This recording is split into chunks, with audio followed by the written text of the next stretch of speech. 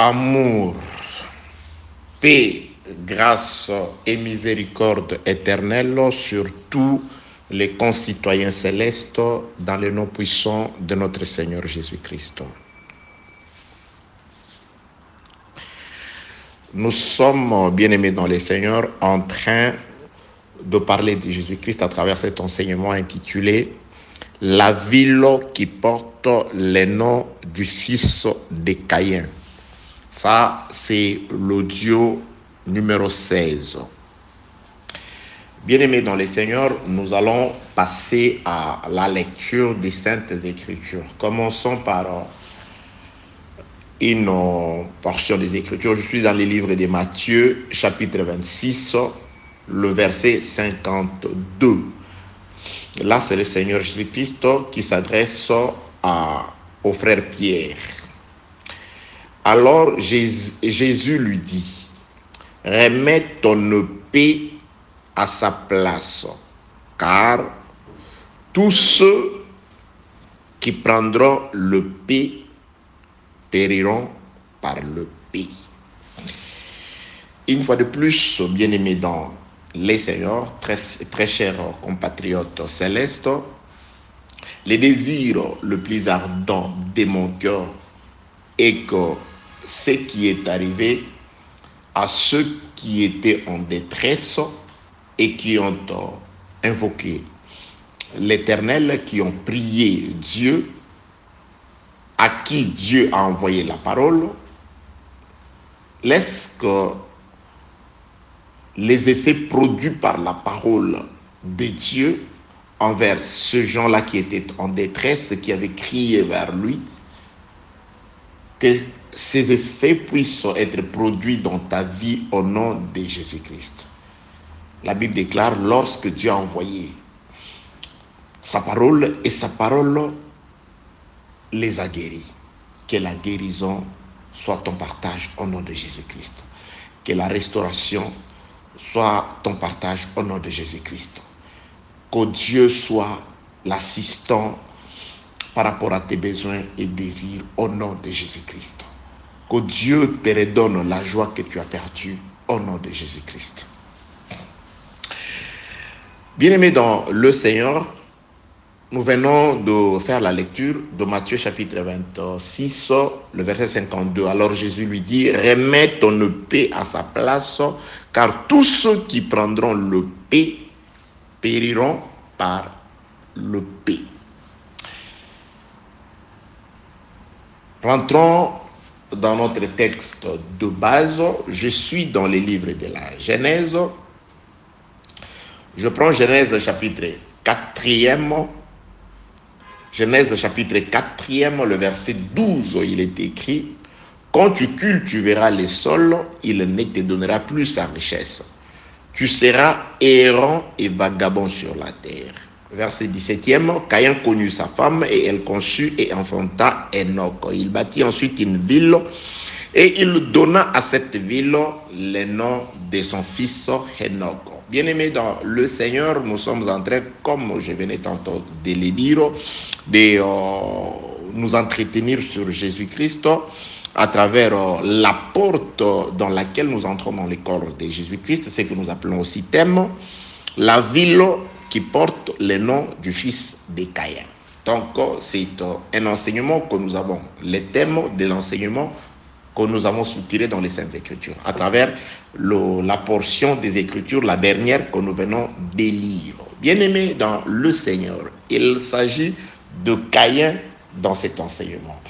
Caïn qui a tué son frère par la haine. Je le répète, ce que j'ai toujours dit.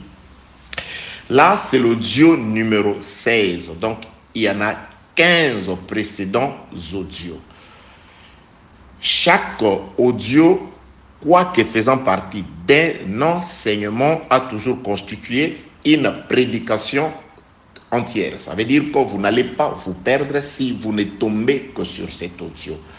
Vous aurez une idée sur ce que Dieu attend de vous. Vous aurez une idée sur les souffrances de Dieu par lesquelles vous avez été rachetés. Ce qui vous oblige à être reconnaissant envers Dieu. que pouvez-vous donner à Dieu en échange de ce que vous avez, en échange de ce que lui vous a donné? Vous ne pouvez rendre à Dieu que ce que lui vous a donné. Dieu, par son Fils Jésus-Christ, a donné sa vie pour vous. Et ce que vous devez rendre à Dieu, ce que nous sommes appelés, moi y compris, de rendre à Dieu, c'est de prendre aussi notre vie, la dédier, la dédicacer totalement à Dieu. Car Jésus-Christ avait déclaré que celui qui conservera sa vie la perdra. Mais celui qui acceptera de perdre sa vie pour Jésus-Christ, c'est celui-là qui la récupérera. Donc, si vous acceptez de perdre votre vie, c'est-à-dire de la confier à Jésus-Christ, de laisser le Seigneur prendre contrôle de votre vie, d'être le directeur réel de votre vie, vous allez conserver votre vie, vous allez la récupérer. Que la paix, la grâce et la miséricorde de Dieu soient votre partage. C'est vraiment un désir et le souhait le plus brûlant de mon cœur. Bien-aimé dans le Seigneur, il s'agit de Caïn ici que Jésus-Christ présente comme le premier meurtrier dans le livre de Jean, chapitre 8e, à partir de verset 37, vous descendez. Il s'agit de Caïn ici que le frère Jean, dans son premier épître, présente comme étant celui qui était du malin. C'est dans ce registre-là que nous sommes en train d'évoluer avec Caïn. Dieu, s'adressant à Caïn avec des paroles de jugement, il dit à Caïn plusieurs choses. Entre autres, tu seras errant et vagabond. Dieu prophétise l'errance et le vagabondage pour Caïn. Un errant et un vagabond, c'est généralement une personne sans domicile fixe et une personne instable. Lorsqu'on parle de l'instabilité, on voit l'absence soit du foyer ou la responsabilité sur ses enfants. Mais dans le verset 17 du même chapitre du livre de la Genèse, c'est-à-dire Genèse chapitre 4e, le verset 17, c'est là où nous venons constater un fait qui semble être en contraste avec ce que Dieu avait prophétisé. C'est Dieu qui a prophétisé à Caïn qu'il sera errant et vagabond. Mais le verset 17e nous confirme que Caïn avait une femme et sa femme a enfanté un fils. Et Caïn a donné à ce fils le nom d'Enoch. Caïn n'était pas non plus un errant comme disait la prophétie de Dieu, parce que les Écritures confirment que Caïn s'est construit toute une ville. Il n'était pas aussi irresponsable que ça, parce qu'il a donné à la ville le nom de son fils, c'est-à-dire la ville de Caïn s'appelait Enoch. Que la paix, la grâce et la miséricorde de Dieu soient avec vous. Donc, c'est dans la recherche de la pensée du Seigneur, afin de pouvoir comprendre comment Dieu peut dire de quelqu'un que tu seras errant et vagabond, mais naturellement, matériellement, la personne a une femme, un enfant, un foyer, ainsi que toute une résidence fixe, connue de tous. Et ce n'est pas seulement une maison, mais c'est toute une ville que Caïn avait. Que la paix, la grâce et la miséricorde de Dieu soient avec vous, très chers compatriotes célestes. Nous sommes allés voir dans les Écritures quelqu'un d'autre à qui Dieu a fait une promesse. Là, il s'agit d'Abraham. Dieu s'adressant à Abraham, il lui dit, je te fais sortir de ta terre natale, Ur des Chaldées, pour t'amener là où tu es, sur la terre de Canaan. La terre de Canaan, je te la donne en possession. La terre sur laquelle tu te trouves, je te la donne en possession. Dieu promet à Abraham une terre, mais dans la navigation au sein des Écritures, dans le livre des Hébreux, chapitre 8, chapitre 11, à partir du verset 8e, vous descendez jusqu'au 14e verset. Là, le Saint-Esprit, par le frère qui a écrit cette lettre aux Hébreux, nous certifie que cet Abraham à qui Dieu a fait la promesse de posséder la terre, de régner sur la terre, il n'a pas vécu l'effectivité de cette promesse-là. C'est-à-dire, quoique Dieu eusse déclaré il serait le maître sur la terre, il dominerait sur la terre, il aurait une possession sur la terre. Mais dans la réalité, Abraham a vécu sur la terre comme un étranger et un passager. Il a vécu dans des tentes comme un pèlerin. La Bible confirme qu'il a salué de loin cette promesse, c'est-à-dire il ne l'a pas vécu. Il n'a pas vécu ce que Dieu lui a promis. Dieu est-il un menteur ou il dit des choses qui ne s'accomplissent pas? Parce que nous voyons un contraste. À Caïn, il dit tu seras errant et vagabond, sans aucune promesse de possession de la terre. Mais Caïn s'est construit toute une ville. À Abraham, il promet une ville, mais les Écritures confirment qu'Abraham est parti sans pour autant posséder cette ville, régner sur la terre. Il y a vécu, c'est-à-dire sur la terre, comme un errant et un vagabond, contrairement à celui à qui la promesse de l'errance et du vagabondage a été faite. Donc, que la paix, la grâce et la miséricorde de Dieu soient avec vous. Je suis dans les résumés. En tout cas, je n'aimerais pas prendre beaucoup de temps parce que nous avons beaucoup de choses à dire. Je n'aimerais pas, en tout cas, multiplier des audios. Une fois de plus, si vous ne tombez que sur cet audio, n'hésitez pas à faire ce que tout le monde a toujours fait, c'est-à-dire de nous contacter ou de contacter la personne par qui vous avez cet audio, l'audio de cet enseignement. Donc, nous serons, comme nous l'avons toujours été, disponibles à vous envoyer les audios précédents. Vous qui êtes dans des groupes, il y a de ces groupes-là où ce n'est pas. Les audios ne viennent pas directement de moi, c'est-à-dire il y a quelqu'un qui a écouté cet audio et il a balancé dans le groupe. Donc, contactez cette personne-là et cette personne-là sait où il a reçu les audios, donc la chaîne. Il m'arrive de pouvoir recevoir les appels émanant des gens avec qui je n'ai pas de lien directement, c'est-à-dire qui ont reçu les enseignements d'autres personnes. Et je crois que pour ceux qui veulent vraiment écouter, si vous avez les moyens, passez sur YouTube, tapez tout simplement Apôtre Blanchard Ingala. En tout cas, il y a beaucoup d'enseignements qui ont été sur des audios qui sont sur YouTube. Donc, vous en avez beaucoup. Si vous avez une idée sur le thème, tapez directement le nom ou le thème de l'enseignement. Il y a la mort du roi qui entraîne la perte de la drachme. Il y a de la querelle à la bagarre. Il y a l'exode des vases d'or et d'argent, l'exode d'Adam, l'exode de Ève. Et à l'école du serpent, les constructeurs, à l'école de la colombe, la conductrice. Et il y en a vraiment beaucoup. Il y a beaucoup d'enseignements à caractère instructif qui sont sur YouTube. Que la paix, la grâce et la miséricorde de Dieu soient avec vous. Avec beaucoup d'autres exhortations en français, en lingala, je crois.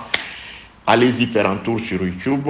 Vous aurez et vous passerez vraiment du temps agréable devant les Seigneurs. Que la paix, la grâce et la miséricorde de Dieu soient avec vous. Donc, nous sommes ici avec deux personnes pour qui Dieu a fait des promesses, mais envers qui les réalisations de ces promesses se sont manifestées de manière contraire à ce que Dieu leur a dit.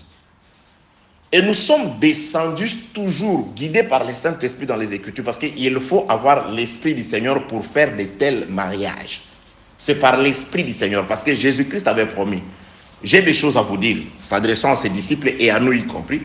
Pour le moment, je ne peux vous le dire. Mais lorsque l'Esprit, le Saint-Esprit viendra, c'est lui qui vous enseignera. Le Saint-Esprit prendra ce qui est à moi, c'est-à-dire dans les Écritures, car Jésus c'est la lettre, et il vous l'annoncera. C'est pourquoi aujourd'hui dans l'Église, c'est l'Esprit du Seigneur à travers l'homme nommé ministre, le vase. C'est par l'Esprit du Seigneur que Dieu est en train d'épuiser dans les Écritures pour vous l'annoncer. C'est pourquoi l'Esprit du Seigneur à travers l'enseignement est censé accomplir ce que Dieu avait déclaré par Jésus-Christ, vous conduire selon la vérité dans toute la justice de Dieu. Que la paix, la grâce, la miséricorde, l'amour, l'assistance et la manifestation de la puissance du Saint-Esprit soient votre partage au nom de Jésus-Christ. Bien-aimés dans le Seigneur. Donc nous avons d'une part Caïn et de l'autre Abraham. Et nous sommes descendus dans les Écritures pour voir réapparaître les deux personnes, mais dans des corps différents. Car nous savons, nous le voyons toujours, Dieu est le même, mais il utilise les vases. Et l'esprit de l'ennemi, l'esprit de la rébellion, c'est le même esprit, mais qui utilise aussi différents vases. On a vu l'esprit de la rébellion dans l'homme Pharaon, on a vu l'esprit de la rébellion dans le roi d'Assyrie, on a vu l'esprit de la rébellion dans le roi Nebuchadnezzar, on a vu l'esprit de la rébellion jusque dans Judas Iscariote. Et jusqu'à ce jour, l'esprit de la rébellion continue d'agir dans certaines personnes nommées entre guillemets ministres de Dieu, pasteurs, évangélistes, docteurs, apôtres, prophètes. Parce que nous comprenons par les Saintes Écritures que Satan, s'il se déguise en ange de la lumière, il n'est pas étonnant, disent les Saintes Écritures, 2 Corinthiens chapitre 11e, que ces ministres se déguisent en ministres, en apôtres de Jésus-Christ. Donc nous avons des personnes qui sont avec nous, qui ne sont pas des nôtres. C'est tout simplement le diable déguisé, le ministre de Satan déguisé, les anges de l'enfer déguisés en apôtres ou en ministres de Christ. Que la paix, la grâce et la miséricorde de Dieu soient avec vous. Parlons du même esprit dans des vases différents. Donc nous avons encore vu Caïn s'est présenté devant Abraham. Ça, c'est dans le livre de Luc, chapitre 4e, à partir du verset 5. Satan, Caïn, dans le vase nommé Satan, il se présente devant un vase Abraham nommé Jésus. Donc là, nous avons, chacun présente sa promesse ou sa ville. Caïn, dans le corps de Satan, va présenter sa ville à Abraham dans le corps de Jésus. Caïn présente sa ville, il dit, Abraham, entre parenthèses, Jésus, tu vois tous les royaumes de la terre, ainsi que leur gloire, cela m'appartient. Donc il présente sa ville, et sa ville, c'est tout le royaume de la terre, ainsi que leur gloire. Or, dans la réalité, si nous rentrons, nous verrons que Caïn n'a pas de promesse de posséder quelque chose. Il est errant et vagabond. Mais il se permet quand même de présenter une certaine ville qui était représentée par tout le royaume de la terre ainsi que leur gloire. Et Abraham aussi de son côté, il dit, bon, moi, il se passe que Dieu m'a promis l'autorité, il m'a promis le pouvoir, il m'a promis de régner, parce que moi c'est le Shiloh, moi c'est le Seigneur du ciel et de la terre. Mais pour le moment, pendant que toi tu me présentes ta ville Caïn, sous forme de Satan, moi, le fils de l'homme, là il est dit dans le livre toujours de Luc chapitre 5e, verset 58e, il dit, le fils, Luc 9, 58 je crois, le fils de l'homme n'a pas un endroit dans la ville de Caïn où poser sa tête. Donc, entre parenthèses, dans la ville de Caïn. Donc, Jésus-Christ se présente comme un pèlerin et un passager dans la ville qui appartient à Caïn. Et lui-même, Jésus-Christ, il descend, il vient confirmer que voici les princes de ce monde arrivent.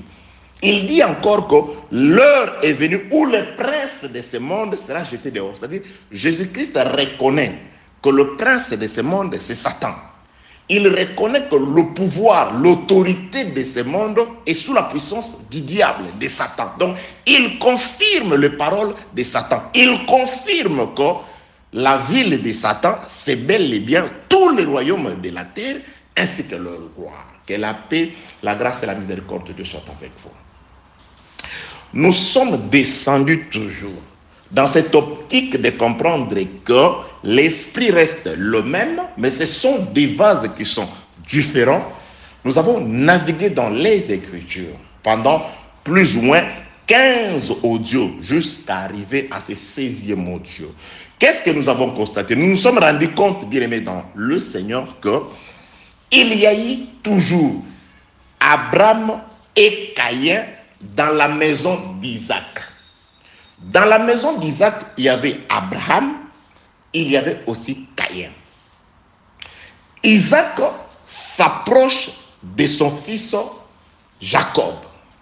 Celui qui avait été béni, désigné pour recevoir la bénédiction depuis le ventre de sa mère, depuis Rebecca. La personne qui a été désignée, c'était Jacob.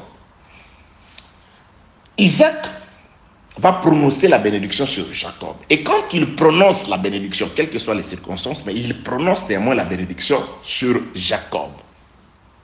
Je suis dans le livre de la Genèse toujours. Je prends Genèse, chapitre 27e. Je commence au verset 35e.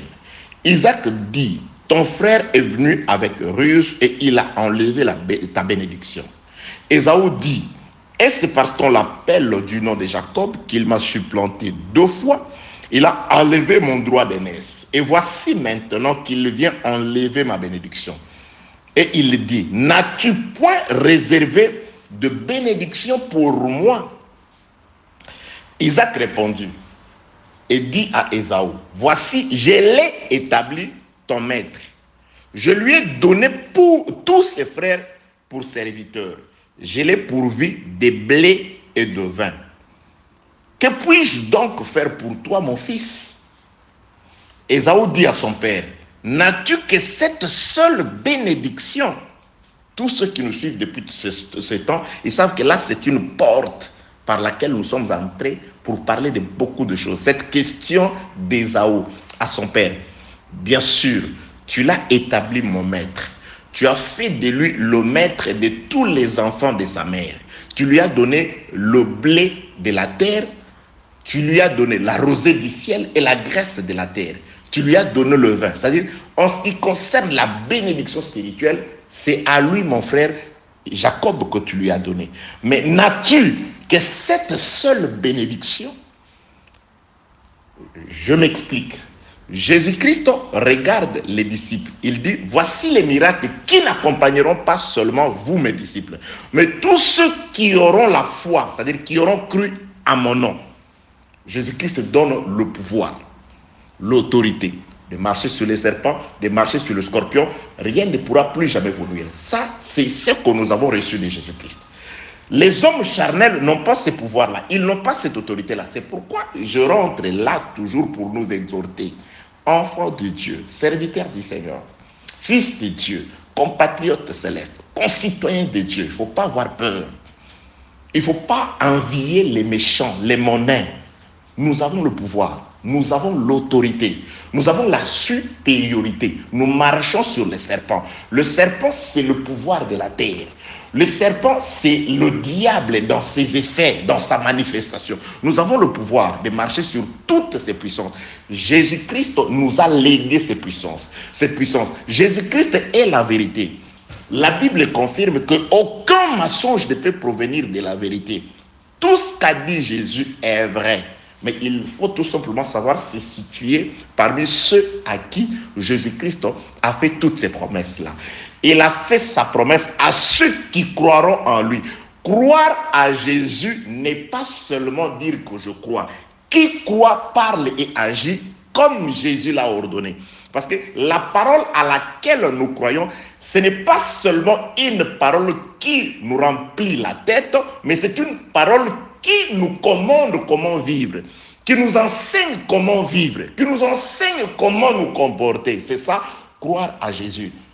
Pour les seigneurs, vous n'êtes qu'un menteur si vous dites que vous avez cru à Jésus, mais vous n'êtes pas capable de pratiquer les commandements du Seigneur. Que la paix, la grâce et la miséricorde de Dieu soient avec vous. Donc, bien-aimés dans le Seigneur, Isaac, qui représente Dieu ici, il prend la bénédiction spirituelle, la véritable bénédiction réservée pour Israël, c'est-à-dire Canaan, la terre promise, le repos. Il donne cette bénédiction à Jacob. Maintenant, Ésaü pose la question, papa, n'avais-tu que cette bénédiction-là? Jésus-Christ viendra confirmer que ce que Ésaü dit, la question qu'Ésaü pose, elle est une question légitime, légale, normale. Parce que Jésus-Christ dit, cherchez premièrement. C'est-à-dire, quand on dit chercher premièrement, c'est-à-dire, il y a un second. Donc, cherchez premièrement le royaume et la justice de Dieu. C'est-à-dire, nous cherchons d'abord nous souffrons d'abord pour les royaumes et la justice de Dieu. Entre parenthèses, c'est pourquoi, s'attachant à ces paroles, le frère Pierre dit ceci: choisissons parmi le peuple 7 hommes de bons témoignages, qui soient remplis du Saint-Esprit, afin qu'ils s'occupent des tables. Pour nous, les ministres, nous allons nous attacher à la parole et à la prière. Je dis ceci, parfois, vous arrivez dans les églises, entre guillemets, certaines églises qu'on appelle aussi assemblées des saints. Vous trouvez dans ces églises-là, lorsqu'on appelle la prière, le jeûne ou les séances de prière de l'église, il y a un groupe de frères où il y a des frères qui s'occupent de la prière. Le pasteur, lui, n'est là que pour enseigner. C'est-à-dire, lorsqu'il y a prière à l'église, le pasteur n'est pas là. Tout le monde jeûne à l'église, le pasteur est chez lui avec sa femme en train de manger, normalement, parce que pour lui, il a déjà dépassé ce stade de prière. Il a déjà dépassé ce stade d'intercesseur. S'il y a des intercesseurs par excellence dans une église, c'est des ministres de Dieu. Ce à quoi nous avons été appelés, c'est de nous attacher à la parole et à la prière. C'est-à-dire, s'il y a un groupe de prière dans l'église, celui qui doit se présenter le premier dans ce groupe, c'est les pasteurs. C'est ceux qui doivent d'abord obligatoirement faire partie de ce groupe, c'est des ministres de Dieu. Que la paix, la grâce et la miséricorde de Dieu soient avec vous. Et il y a encore un bémol dans des églises. Il y a des pasteurs qui sont réputés et connus, respectés ainsi comme étant des gens qui n'arrivent qu'en retard dans le culte. C'est-à-dire les pasteurs, lui n'arrive pas le premier. Lui, il arrive quand tout le monde est déjà là. C'est-à-dire le culte commence à 9h. C'est à 9h que lui commence à se préparer. Donc il est à l'aise, il est calme de pouvoir arriver à l'église après tout le monde. C'est pratiquement le président de la République qui ne peut pas arriver dans un meeting avant tout le monde. C'est-à-dire qu'il faut qu'il y ait des organisateurs, on organise, on commence déjà à chanter les louanges et tout, tous les louanges du président de la République. Et lui, quand il vient, quelle que soit l'heure, c'est lui le chef de l'État, c'est lui le roi. C'est comme ça, c'est lui le ministre du monde. Il y a des pasteurs qui sont comme ça. Entre-temps, ils veulent fermer le culte. Ils veulent prier pour la clôture d'un culte dont ils n'ont pas été au commencement, dont ils n'ont pas commencé. Comment veux-tu fermer quelque chose que tu n'as pas ouvert? Comment veux-tu fermer quelque chose? Nous allons clôturer notre prière. On appelle le pasteur pour prier. Vous priez pour quelque chose dont vous n'avez pas assisté au commencement. C'est une très mauvaise habitude. Un ministre de Dieu, c'est les modèles. Bien aimé, c'est les modèles. Parce que le ministère, c'est Dieu qui agit dans l'église. Les ministères, c'est les paroles de Christ par le frère Paul qui dit: ce que vous avez entendu de moi, ce que vous avez vu en moi, pratiquez-les. Le frère Paul dit: bon, j'ai beaucoup de choses à vous enseigner, mais je vous dis tout simplement, ok, ce que vous avez entendu et ce que vous avez vu. On te voit venir au culte en retard. Vous voulez que... Non, voilà, les cultes commencent toujours en retard. Mais toi, tu viens toujours en retard, pasteur. Tu viens toujours en retard. Tu n'es pas un modèle. Tu n'as jamais commencé le culte. Tu n'as jamais ouvert le culte. Mais tu ne viens que pour la fermer. Et il y a même de ces pasteurs-là, quand le culte commence, pendant que tout le monde prie, lui, il n'est pas là parce qu'il a déjà prié. Il a déjà dépassé ce stade-là. Il est dans son bureau. Il est en train, je ne sais pas, de lire la Bible. Pendant que tout le monde prie, lui, il est dans son bureau. Lui, il ne participe pas à la prière. Arrivé le temps de la prédication, c'est alors que tout le monde s'élève pour qu'il rentre. Il fait ça, entre guillemets, ce qu'il appelle, lui, prédication. Je ne sais pas. Qu'est-ce que tu prêches? Parce que tu ne participes pas à la prière avec tout le monde. Tu prêches quoi? Tu prêches tout simplement ce qui est verbal. Tu n'es pas un modèle. Il y a de ces pasteurs, il est là, peut-être avant, avec tout le monde. Mais pendant que tout le monde prie, lui, il ne prie pas. Il est peut-être dehors, en train de parler avec certaines personnes. Il cause pendant que le culte se déroule à l'intérieur. Lui, il est dehors, soit en train de prendre son coca, ou en train de pouvoir bavarder avec certaines personnes, ou en train de parler au téléphone. D'abord, les fidèles, vous devez apprendre à éteindre vos portables quand vous entrez dans les cultes.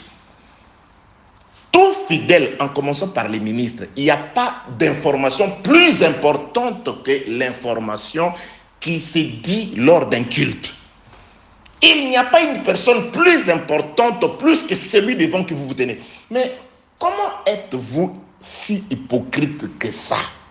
Vous voulez dire que pour vous, Dieu occupe la première place?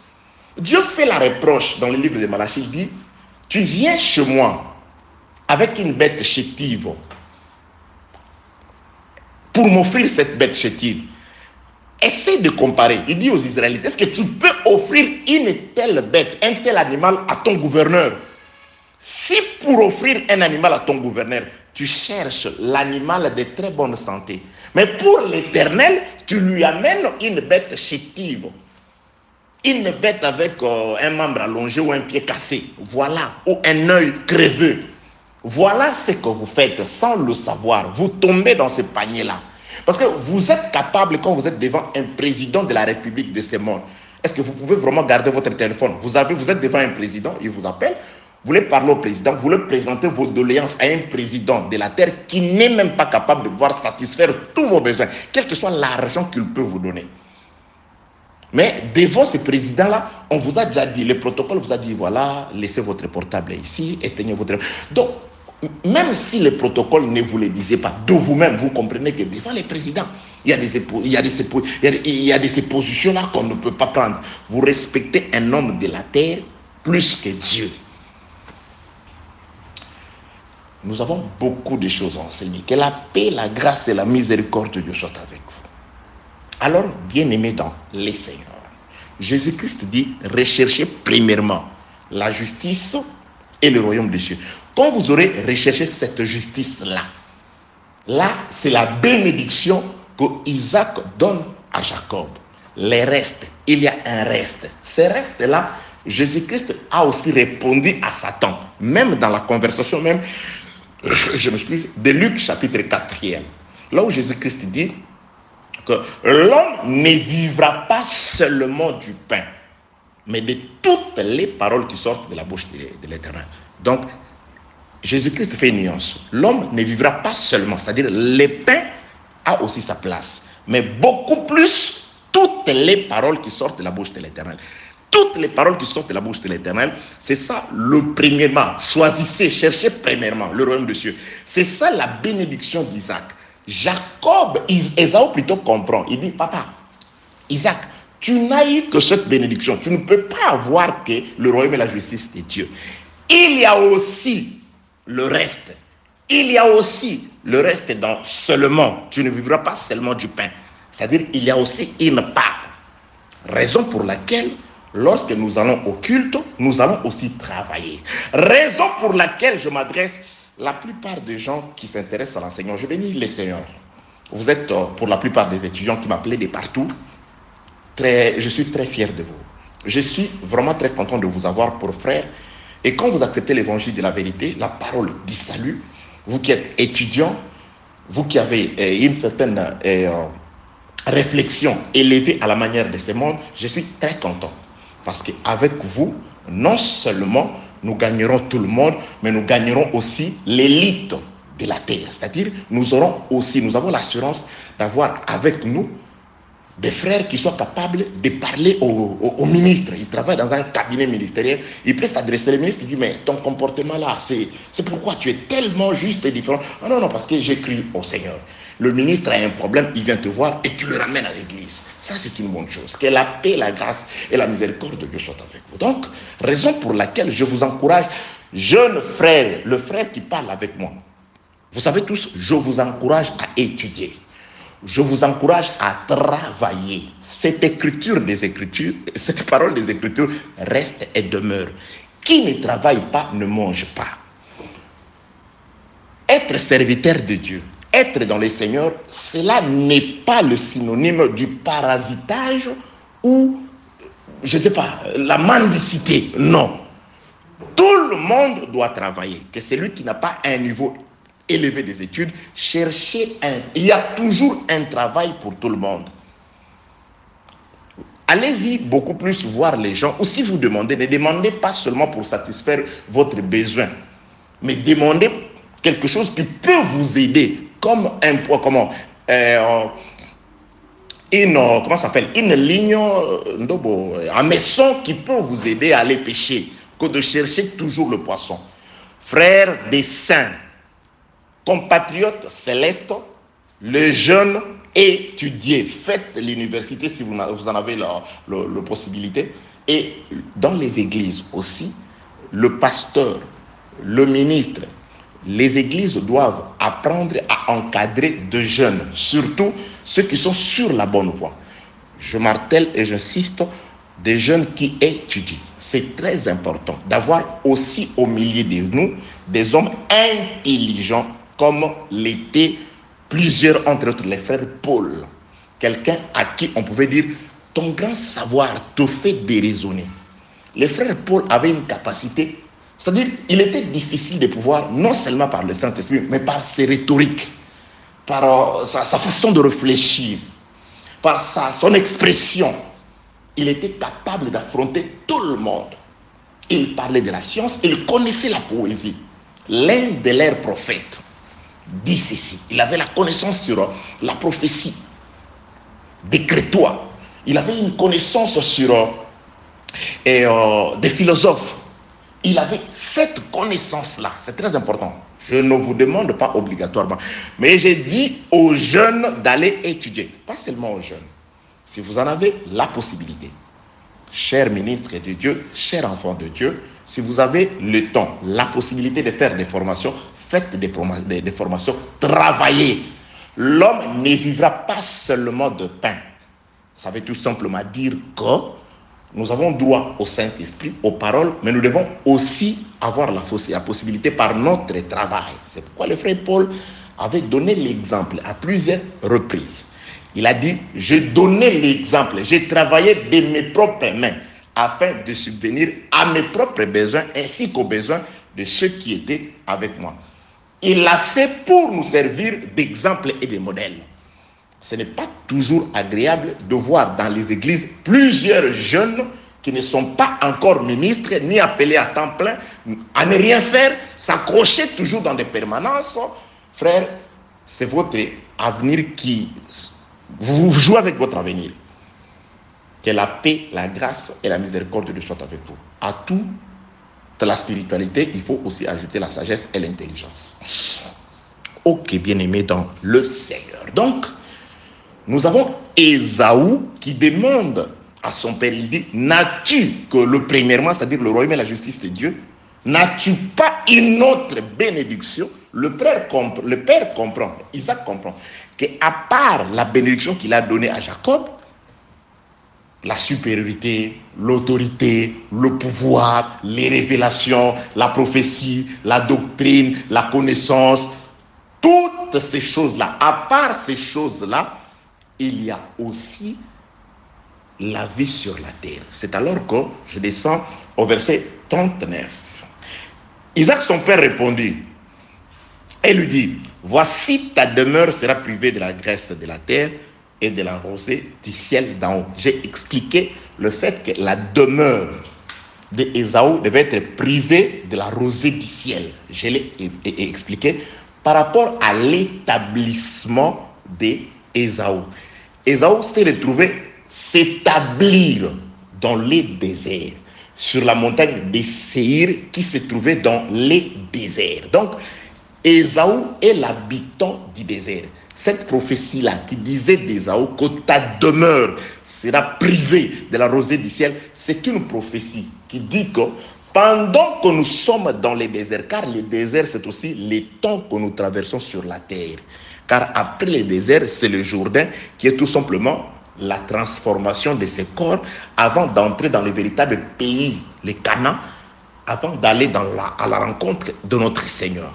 Donc c'est cette étape-là, dans les déserts, là où il n'y a pas la rosée du ciel, là où il ne pleuvait pas, cette tronçon de route appelé désert, le maître c'est Ésaü. Donc, par là, Isaac établissait Ésaü le maître du désert. Or, Jacob à qui on a donné la supériorité, le repos Canaan, pour arriver à son repos, il doit traverser les déserts. Or, les déserts, c'est le pays d'Ésaü. Je dis ceci.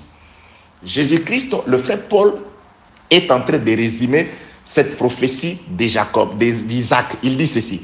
Or, pour tous ceux qui veulent vivre pieusement en Jésus-Christ, je m'explique. Donc, pour tous ceux qui veulent entrer dans le repos, aller sur Canaan, ils seront persécutés, c'est-à-dire ils traverseront le désert. Donc, dans le désert, ils vont devoir affronter Ésaü.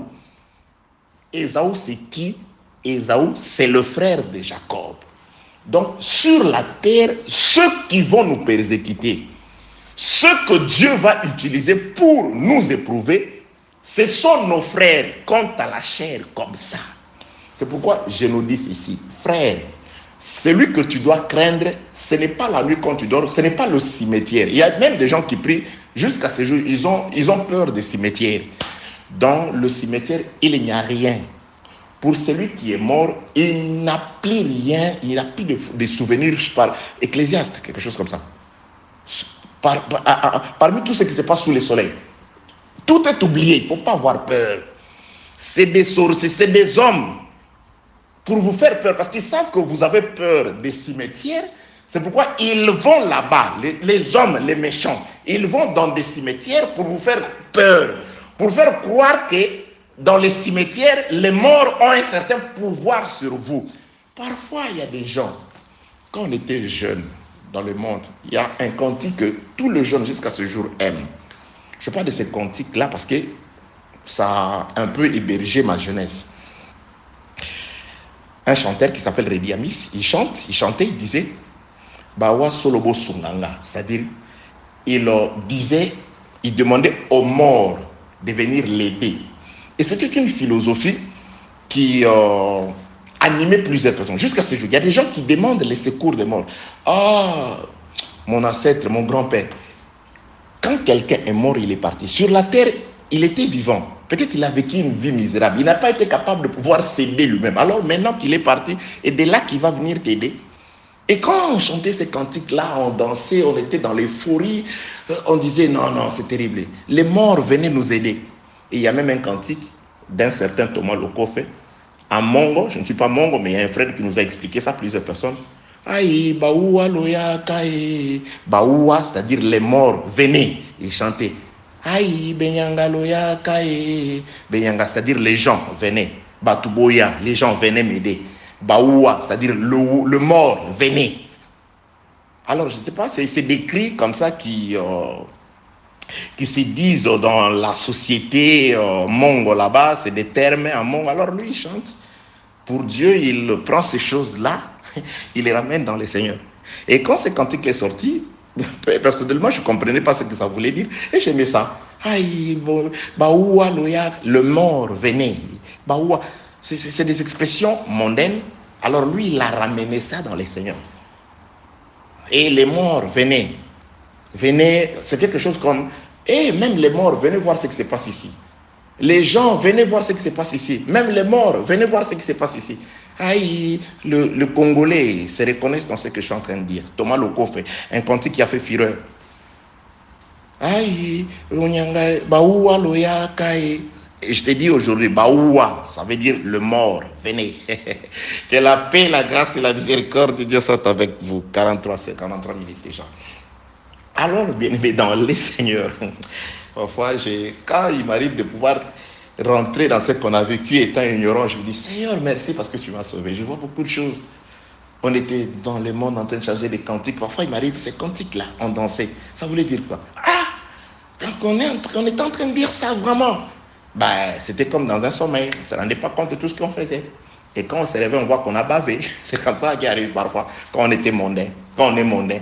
Quand on est dans le monde, on est un cadavre, on vous fait chanter des histoires, on vous fait faire des choses, on vous fait habiller d'une manière. La mode, c'est des femmes qui doivent s'habiller sans sous-vêtements à l'intérieur, c'est à la mode. On suivait ça à la mode, tout le monde doit se coiffer comme ça, tout le monde doit parler comme ça. Et c'était comme des cadavres, c'est-à-dire c'est comme une personne qui est dans un coma. Ce sont les gens qui s'occupent de lui, qui l'habillent à leur façon, qui le coiffent à leur façon, qui lui fait manger, peut-être qui lui donne à manger, c'est qu'il le trouve. Le médecin dit non, il doit manger ceci pour l'énergie. il ne mange plus à son goût parce qu'il est dans un coma. C'est ça, un ignorant. C'est un cadavre, c'est un homme dans le coma, jusqu'à ce que Jésus-Christ dise, sort de là, qu'il vous fasse sortir de sépulcre. Que la paix, la grâce et la miséricorde de Dieu soient avec vous. Bien-aimés dans le Seigneur. Donc nous avons d'un côté Isaac, qui est en train de bénir. Il a béni Jacob. Quand il a béni Jacob, Ésaü arrive. Son père lui fait savoir que la bénédiction qu'il avait, il l'a déjà donné. Premièrement, le royaume et la justice de Dieu, le repos, Canaan, il l'a déjà donné à Jacob. Et maintenant, Ésaü comprend, il dit non, tu lui as donné Canaan, mais il y a le désert, cette tronçon-là. Ah, le père commence à lui donner maintenant les tronçons, cette tronçon se trouvant entre l'Égypte et Canaan. Il dit, ta demeure. Verset 39. Isaac, son père, répondit et lui dit, voici ta demeure sera privée de la graisse de la terre et de la rosée du ciel. Donc, c'est pourquoi dans les déserts, il n'y a pas de culture. Les déserts, c'est là où il y a du sable, où il n'y a pas de culture. Raison pour laquelle Israël, dans les déserts, avant de manger, il devait regarder le ciel. C'est-à-dire, c'est du ciel que le pain devait descendre. C'est pourquoi je nous dis ceci. Si c'est Dieu, par sa parole, qui t'a fait sortir de l'Égypte pour te conduire à l'éternité, Dieu pourvoira, parce qu'il sait que les conditions dans lesquelles tu es censé vivre après avoir accepté le Seigneur Jésus-Christ, après avoir été baptisé dans la mer Rouge, et aussi par la colonne des feux, le Saint-Esprit, après avoir reçu ces baptêmes-là, Dieu sait que tu entres dans un désert. Tu entres dans une terre, tu vas traverser un terrain où il n'y a pas de culture, où il n'y a pas non plus de la pluie. C'est-à-dire, pour boire, tu dois dépendre de Dieu. Pour manger, tu dois dépendre de Dieu. C'est pourquoi la Bible déclare que celui qui souffre prie. Nous devons prier, c'est-à-dire demander juste à Dieu, rappeler à Dieu que je suis sorti du monde, de là où j'étais, de là où il y avait des oignons en Égypte, c'est là où il y avait de la viande, c'est là où il y avait même des sépulcres. Mais tu m'as amené sur une terre inculte. J'ai accepté de te suivre parce que je vois que je ne finirai pas ici. Je ne dois pas mourir dans les déserts. Je dois entrer dans les terres de la promesse. Dans les terres de la promesse. Mais il est évident et obligatoire que je puisse traverser les déserts. Et dans les déserts, j'ai besoin de ton assistance. De même que tu es avec Israël, tu leur as désaltéré par l'eau du rocher quand ils avaient soif. Et tu leur as aussi donné le pain du ciel. J'en ai aussi besoin. Dieu est fidèle. Il est le même hier avec eux, aujourd'hui avec toi et éternellement avec tous ceux qui lui feront toujours confiance, tous ceux qui s'attacheront à sa parole. Que la paix, la grâce et la miséricorde de Dieu soient avec vous. Vous comprenez pourquoi les déserts? Et Jacob, Isaac, il prophétise des choses. Il dit, ta demeure sera privée. C'est-à-dire, il l'établit déjà sur les territoires appelés déserts. Or, les déserts, c'est les passages obligés et obligatoires pour atteindre Canaan, pour atteindre le repos. Et c'est pourquoi, non seulement il établit en désert, sur les déserts, écoutez la suite, verset 40. Tu vivras de ton épée. Donc, il lui donne, outre le fait que il l'établit sur la montagne de Séhir qui est sur le désert, il lui donne l'épée. Je l'avais dit, je n'ai pas le temps de répéter, parce que j'ai beaucoup d'autres choses à dire. Je l'avais dit que l'épée, c'est le symbole de la magistrature, c'est le symbole de l'autorité de la terre. C'est le frère Paul qui le dit dans le livre des Romains, chapitre 13e, du 1er au 8e verset. Selon le frère Paul dit que le magistrat tient l'épée. Et le magistrat, son autorité vient de Dieu. C'est là pour confirmer l'autorité que Isaac est en train de donner à Ésaü, son frère, dans le cadre de l'autre bénédiction. Nous avons le royaume, nous avons le pouvoir sur les esprits impurs, sur toute la puissance de la terre. Nous sommes des princes spirituels sur la terre. Mais en ce qui concerne la gouvernance de la terre, sur laquelle nous passons, c'est-à-dire le tronçon du désert, quand nous traversons les déserts, dans les déserts, il y a Édom, Ésaü qui est là. Il a été établi par le même qui nous a donné l'autorité de marcher sur les serpents, sur les scorpions, sur toute la puissance de l'ennemi. C'est celui-là qui a établi Ésaü magistrat sur la terre. Donc, quand nous sommes sur la terre, le magistrat Romains chapitre 13, l'autorité, la présidence de la République, le gouvernement, le roi de la terre, ils ont un pouvoir. Je l'ai expliqué. Il y a des gens qui m'ont appelé pour dire qu'ils ont vraiment compris beaucoup de choses. Bien aimé, si vous maîtrisez ce que je vous dis, par cette bénédiction, il vous sera facile de comprendre Babylone, la grande, la femme assise sur cette montagne. Vous allez jeter avec force le vêtement étranger que Babylone, c'est la ville de Rome. Vous allez comprendre que ça, c'est un chemin qui mène dans un sens. C'est un vêtement étranger qui a transité des pères de l'église, des réformistes. Les gens n'ont changé que des formes. Rome païenne, Rome religieuse. Vous allez rejeter ces choses. Vous allez comprendre que c'est de la fabrication humaine. C'est des choses qui ont été fabriquées dans des laboratoires des hommes. C'est exactement servir Dieu avec des mains d'hommes. Or, le frère Paul dit que Dieu n'est pas servi par des mains d'hommes, c'est-à-dire par des prédications faites des mains d'hommes. Si Dieu le permet, si vous comprenez l'emplacement d'Ésaü, pourquoi on lui dit toutes ces choses? Tu seras privé de la graisse de la terre et de la rosée du ciel. Et Ésaü, comme par spiritualité, pas par miracle, par spiritualité, il s'établit dans le désert. Et Jacob, quand il sort dans le livre de Nombres chapitre 20, quand il sort de l'Égypte pour aller vers Canaan, il doit faire allégeance à son frère Ésaü, Édom, qui est le maître des îles. Il dit, pardon frère, pardon, voilà, j'ai souffert en Égypte, j'ai été malmené là-bas. Je ne vais passer qu'avec mes pieds. Je ne prendrai rien de chez toi. Je ne boirai même pas de ton eau. Si quelque chose, s'il arrivait que je prenne quelque chose, j'achèterai. Mais je ne passerai qu'avec mes pieds. Je n'emprunterai que la route royale. S'il te plaît, mon frère, laisse-moi passer. Ésaü lui dit, je l'ai déjà dit, je crois que c'est l'audio numéro 12. Ésaü dit, ne passe pas par chez moi. Sinon, je sortirai au-devant de toi avec mon épée. Ésaü est établi maître. Donc là, la Bible déclare, Nombre chapitre 21, maintenant, Israël s'est vu obligé de contourner. Et pendant le contour, le peuple s'impatienta. Je parlerai de ça. Bien aimé, ce n'est pas en vain que Dieu a dit ces choses. Ce n'est pas en vain que ces choses ont été écrites. Le frère Paul le dit, 1 Corinthiens chapitre 10, ces choses ont été écrites pour votre instruction, afin qu'on ne vous amène plus dans des bateaux. L'Église catholique a commencé il y a peu, je ne sais pas là, quelque chose comme ça, avant ça. Et le frère Paul, les apôtres qui ont été, avec qui nous appartenons au même temps, parce que quand ils ont vécu, l'Église catholique n'était pas là. C'est quoi ces Babylone qui les a persécutés?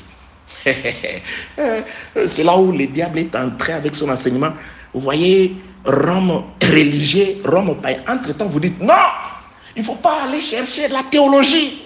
Les réformistes, mais vous prenez leurs vêtements, vous le mettez, non seulement vous le mettez, vous voulez le mettre aux enfants de Dieu, mais c'est de l'hypocrisie. Prenez tout ce qu'ils ont dit, les réformistes, là, le père de l'église, ils ont parlé de ça, ils ont parlé de pape vicarius, fili de Deus, fili de Dei, ils ont parlé de ça aussi comme ça.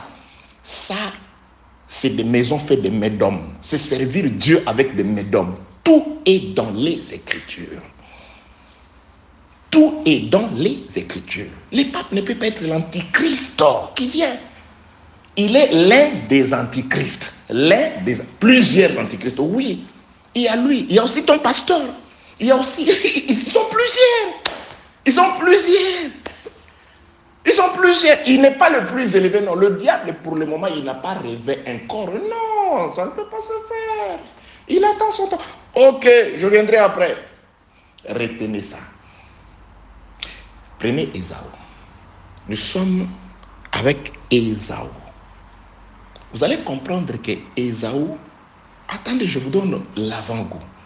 Nous parlons d'Ésaü, que Dieu a établi par Isaac dans les déserts. Et Dieu, par Isaac, lui donne le paix. Le paix, Romains chapitre 13 dit que c'est la magistrature, c'est l'autorité de la terre. Et la Bible dit, nous devons les obéir. C'est pourquoi il nous impose de payer les impôts et consorts. Parce que leur autorité vient de Dieu. C'est Ésaü qui reçoit le paix de son père Isaac. Le même Isaac qui a béni de toutes sortes de bénédictions spirituelles Jacob. La même source a doté de Jacob la bénédiction spirituelle, le pain. Vous verrez aussi, je partirai même dans la bénédiction de Jacob, il y a aussi l'épée, mais l'épée sous forme d'un pain. Parce que notre épée à nous, c'est le pain, c'est la parole, c'est la rosée du ciel, c'est le pain. C'est toutes les bénédictions. Ok. Nous sommes avec Ésaü, bien-aimé dans les seigneurs. Je ne voudrais pas que vous soyez, qu'on puisse vous revêtir d'un vêtement étranger, nommé évangile éternel, nommé assemblée des saints, nommé sainte doctrine. Non. Laissez les papes dans son errance. Il est perdu. Laissez Rome libre. C'est une ville comme toutes les autres villes. Mais non. Enfin, vous réduisez les diables. Vous distrayez les gens. Vous savez, l'église catholique, Rome, cette montagne, c'est défausté. Laissez ça, jetez ça. Le temps est révolu. Réfléchissez avec les Écritures. N'empruntez pas la réflexion des gens. Ces choses se trouvent dans des livres de pères réformateurs de l'église. Ces choses-là, ils ont dit ces choses-là. Vous avez le Saint-Esprit. Réfléchissez. Que la paix, la grâce et la miséricorde de Dieu soient avec vous. Je ne m'attaque pas à des gens, mais à des choses qui n'ont pas lieu d'être dans la parole de Dieu, à des enseignements qui n'ont pas lieu d'être parmi le peuple. Papa, il y a Vicari, fils de Deus, fils de Dei. C'est ça, si vous comptez, et vous arrivez quelque part, on dit, bon, on saute ça. Ou on dit que c'est saint. Dieu va supposer comme ça. Ésaü, son établissement est prophétique. Ésaü, le paix qu'on lui donne est prophétique. Ce n'est pas en vain, je nous ai donné les passages de Matthieu chapitre 26, là où Jésus dit, qui utilise l'épée périra par le paix. Il s'adresse bien sûr à Pierre, mais Jésus prophétise sur Ésaü. Qui utilise l'épée, c'est Ésaü. Et Jésus promet la fin d'Ésaü par le paix aussi. L'accomplissement, Apocalypse chapitre 19. Attendez, je vais chercher ça pour nous. Que Dieu soit béni. Apocalypse chapitre 19. Apocalypse chapitre 19. Beaucoup trop d'événements étrangers. Je suis dans le livre d'Apocalypse chapitre 19, le verset 15. De sa bouche, on parle de Jésus-Christ.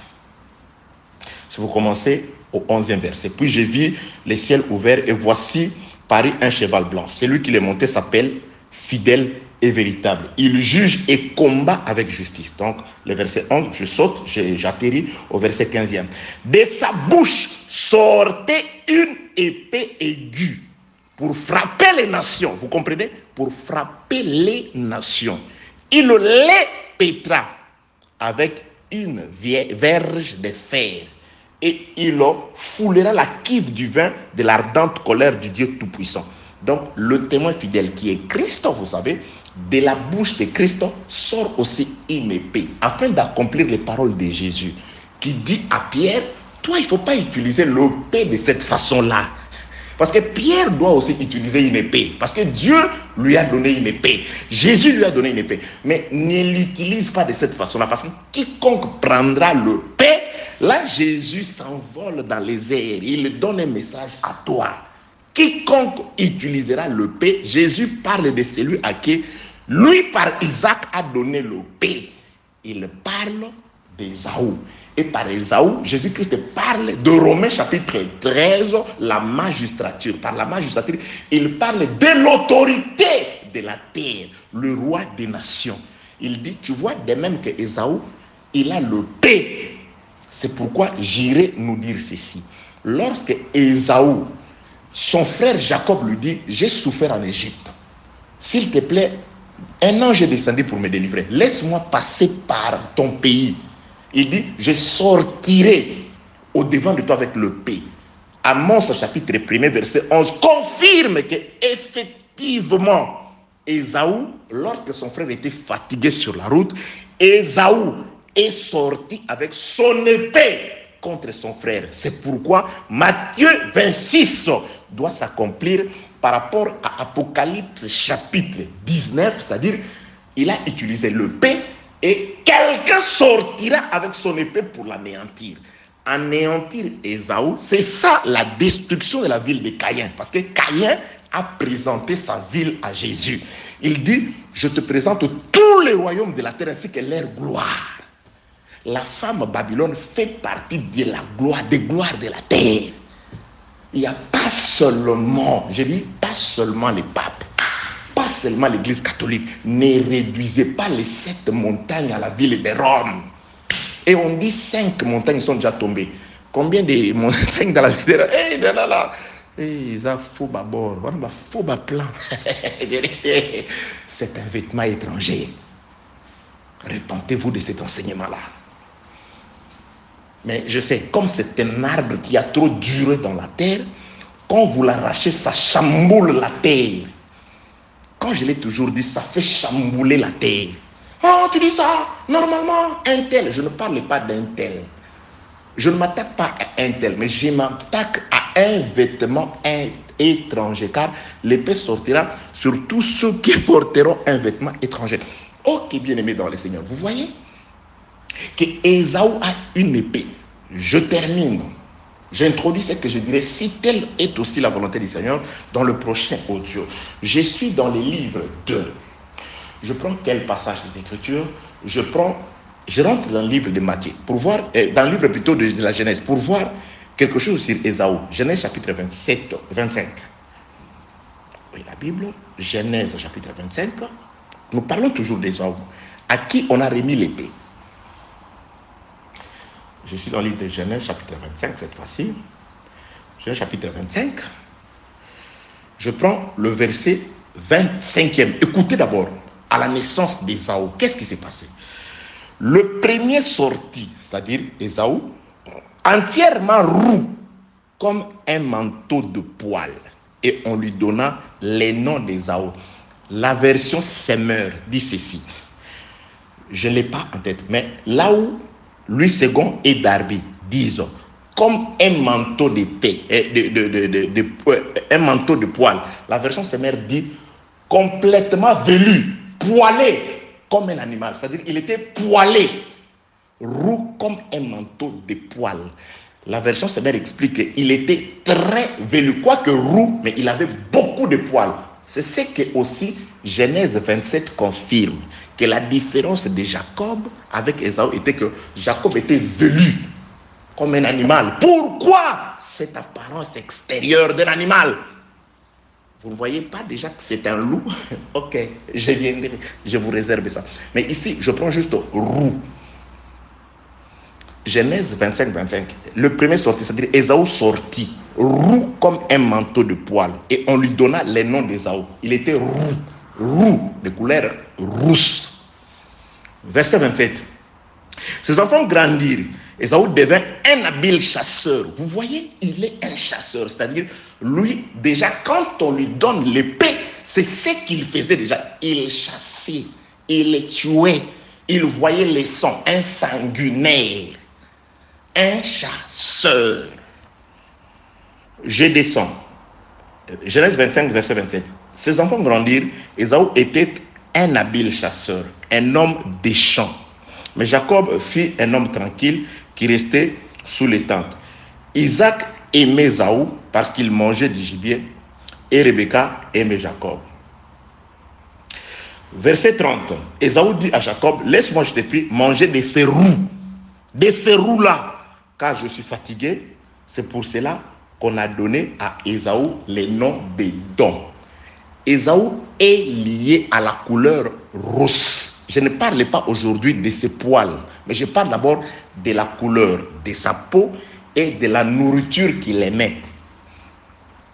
il a demandé, on les lit, les noms Édom, parce que je veux manger de ces roux-là, de ma nourriture préférée.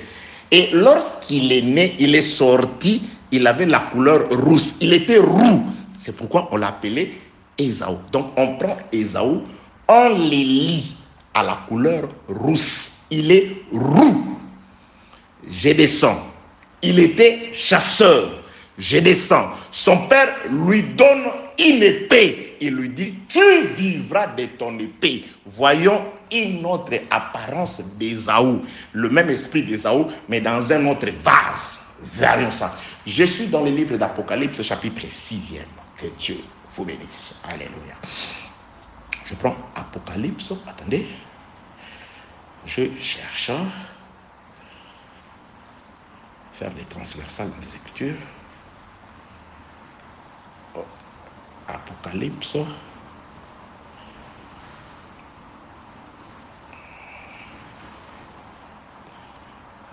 Oui, cette Bible est compliquée. Apocalypse, souffrez avec moi, je suis en train de chercher les passages que vous connaissez tous. Apocalypse, ok, c'est là que je vais finir aujourd'hui.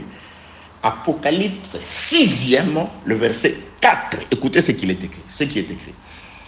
Et il sortit, bon, je commence au 3e verset. Quand il ouvrit le second sceau, j'entendis les seconds êtres vivants qui disaient, viens.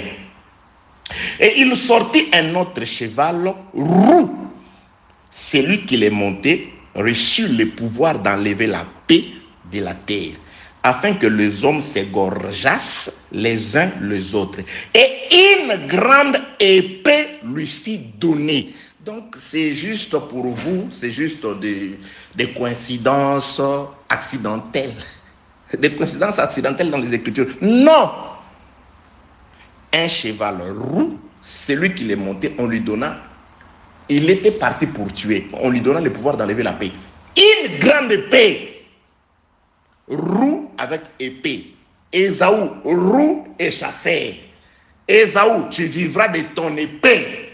L'épée, Romains 13, la magistrature. La magistrature, c'est l'autorité de la terre. C'est le roi de la terre. C'est ceux qui dominent. C'est ceux qui nous imposent des impôts. C'est ceux qui nous donnent des visas pour voyager. C'est ceux qui disent tu peux voyager, tu ne peux pas voyager. C'est ceux qui disent tu as droit au loyer, tu n'en as pas. C'est ceux qui disent on va t'engager, on ne va pas t'engager. C'est ceux qui ont le pouvoir sur la terre. Raison pour laquelle Ésaü avait compris, dit papa, n'avais-tu que cette bénédiction-là? Papa dit, ok, je sais, ta bénédiction, roux, Ésaü, c'est le paix. Je te prive d'abord de la graisse de la terre, de la rosée, c'est-à-dire je te positionne dans le désert. Le désert, c'est cette étape que nous avons commencé depuis que nous avons traversé la mer Rouge. Nous avons crié au Seigneur, jusque soit à la mort ou à l'enlèvement, le fleuve Jourdain. Cet tronçon-là, le maître, c'est le porteur de l'épée, c'est Ésaü. C'est pourquoi la Bible confirme dans le livre de Genèse chapitre 36 que Ésaü a été établi sur la montagne de Séir. Nombre 20 confirme que la montagne de Séir, c'est dans le désert. Et dans le désert, Jacob, avant de passer, il doit demander la permission. Et son frère sort au-devant de lui avec le paix. Jésus vient prophétiser plus tard, qui tue par le paix, périra par le paix. Qui tue par le paix, c'est Ésaü. Pour le moment, les autorités de la terre. C'est pourquoi, Apocalypse 19, quand il vient, de sa bouche doit sortir une épée afin de pouvoir détruire, anéantir les nations de la terre. Il renversera la cuve de la colère. L'épée, c'est la condamnation. Et pour le moment qui tue avec l'épée, c'est l'accomplissement de or pour tous ceux qui veulent vivre pieusement en Jésus-Christ, ils seront persécutés. Aujourd'hui, il nous persécute. Et demain, lorsqu'Israël recevra aussi l'enseignement, à un moment donné, Ésaü retirera son épée du fourreau et il l'agitera contre le peuple. Pour aujourd'hui, que celui qui a créé les cieux et la terre vous bénisse au nom de Jésus-Christ. Amen.